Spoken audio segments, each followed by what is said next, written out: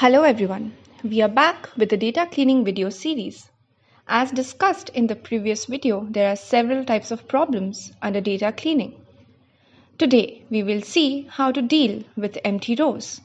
The problem statement is that it breaks information into multiple tables instead of a single table, and there shouldn't be any empty rows in the table. We will look into a data set of empty records.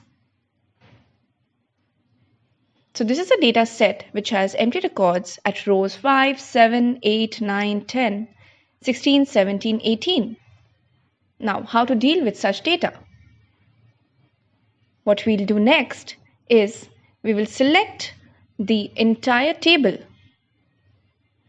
We'll apply filter.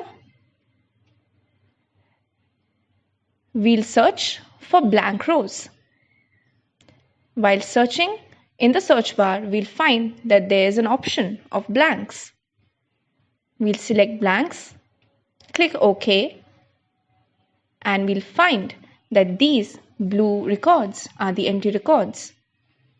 We'll select all of them, right-click, go to Delete Row, and then find the records are deleted. We remove filter, and then we can see that now our data set is complete. So the treatment is select the entire column and then filter.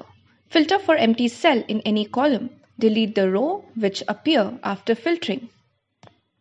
We hope this video was helpful. Stay tuned to Ivy's YouTube channel for more such videos.